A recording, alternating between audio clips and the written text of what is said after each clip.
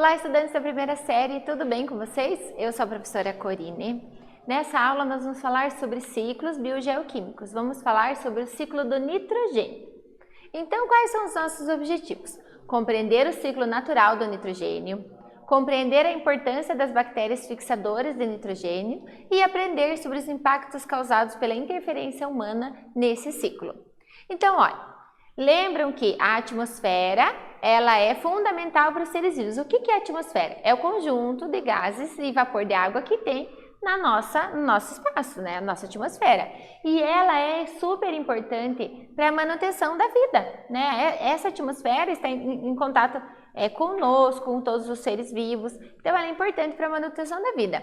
Ela vai fornecer o gás carbônico lá das plantas, lembra que as plantas pegam o gás carbônico, produzem através da fotossíntese o próprio alimento, e elas liberam o oxigênio de volta, né? E esse oxigênio é usado pelos animais. Então, ela é muito importante. Ela tem também o nosso escudo protetor, que é a camada de ozônio. Lembra da camada de ozônio? Que ela forma como se fosse um escudo protetor dos raios ultravioletas. Então, a nossa atmosfera ela é muito importante. Então, e o que a atmosfera tem a ver com o ciclo do nitrogênio? A nossa atmosfera ela é formada por diversos gases.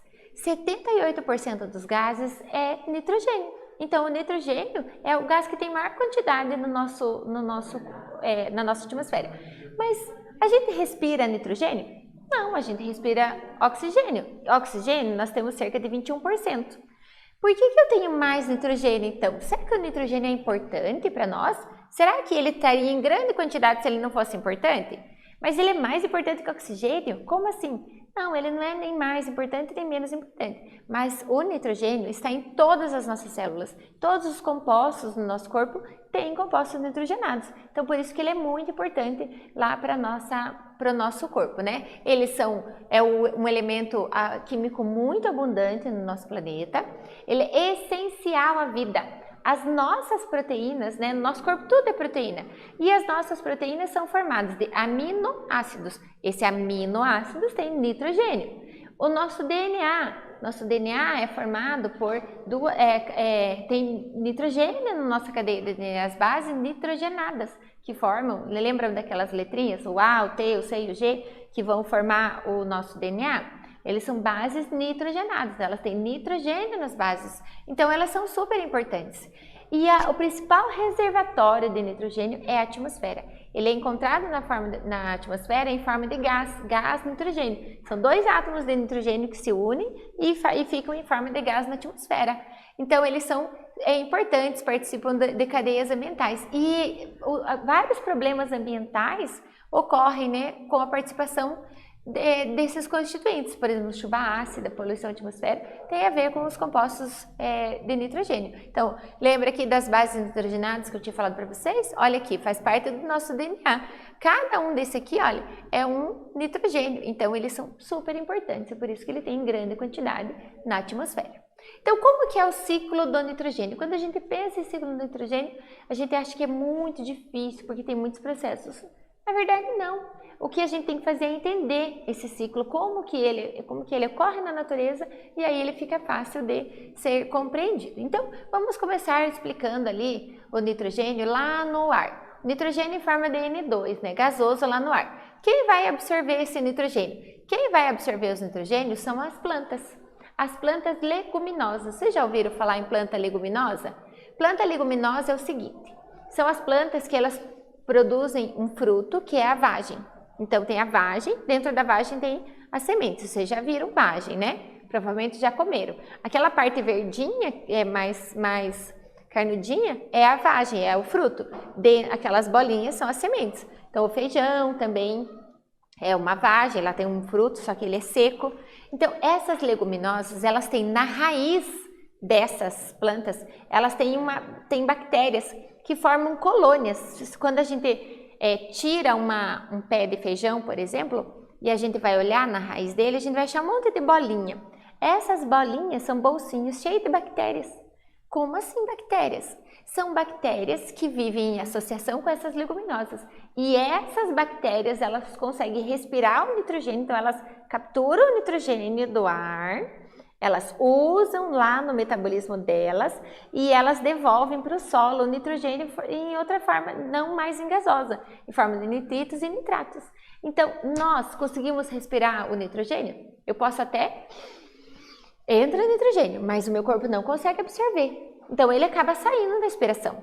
Agora, essas bactérias que estão lá nas raízes das leguminosas, elas vivem associadas a essas raízes, elas conseguem retirar o nitrogênio do ar, usar no metabolismo delas e elas liberam os compostos nitrogenados para o solo. E daí o que acontece? Aí vem as plantas que absorvem esse nitrogênio, é trazido esse nitrogênio para o DNA delas e quando nós nos alimentamos da planta ou de outros animais, nós estamos também pegando esse nitrogênio. Então, olha que legal, né? Então, são essas bactérias que têm a maior capacidade de retirar nitrogênio do ar. Elas também podem vir de outra forma. Por exemplo, através de raios e relâmpagos, onde tem chuva e os nitrogênios estão em forma de gás. Quando vem o raio, esse raio ele separa essas moléculas e a chuva, esses nitrogênios se associam com a chuva e acabam caindo na terra. Então também é uma forma, né? Então as bactérias do solo, elas vão transformar em nitratos, né? E depois vai ser transformado, as bactérias do solo também vão transformar em amônia, sais de amônio. Ela vem para o solo também através da fixação industrial, então a indústria consegue fazer a fixação desse nitrogênio gasoso, né? Faz os fertilizantes nitrogenados, né, para cultivar. Quando eu quero uma plantação de não leguminosa, por exemplo, o milho, o arroz, trigo, o que acontece? Eles precisam do nitrogênio para constituir as células dele para eles crescerem. Então, o que eu posso fazer? Eu compro esses fertilizantes e jogo esse nitrogênio no chão, no solo, para que essas plantas consigam absorver esse nitrogênio. Então, a fixação industrial através de componentes luminosos. Esse nitrogênio, ele sai também do nosso corpo, então, a gente adquiriu o nitrogênio na nossa alimentação. Aquilo que o nosso corpo não aproveitou, ele é lançado como excreta, sai nas fezes, tanto de humanos quanto de animais. E as fezes as fezes dos animais têm nitrogênio. Então, não sei se vocês já viram, mas muita gente usa as fezes de animais para adubar a terra. Antes de plantar, joga-se esse fertilizante, né? Os excretas de animais, porque tem compostos nitrogenados. E também, os relâmpagos, né? Os relâmpagos, elas mandam para o solo e as plantas absorvem. Então, o ciclo de nitrogênio é simples, olha só. Lá no ar, ele está em forma gasosa. Quem vai tirar do ar e trazer para a terra? Ou através dos relâmpagos, né? Em tempestades, em menor quantidade, ou através de bactérias que estão lá nas raízes das leguminosas. Fixam no solo.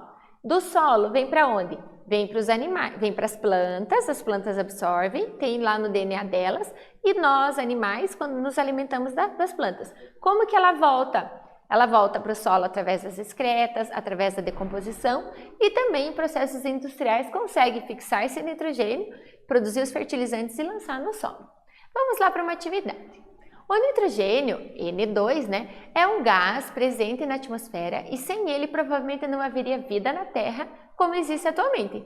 Ele é fundamental para a formação de compostos nitrogenados presentes nos seres vivos. Como que esse gás é absorvido pelos seres vivos? Vou dar um tempinho para vocês pensarem e já volto com a resposta.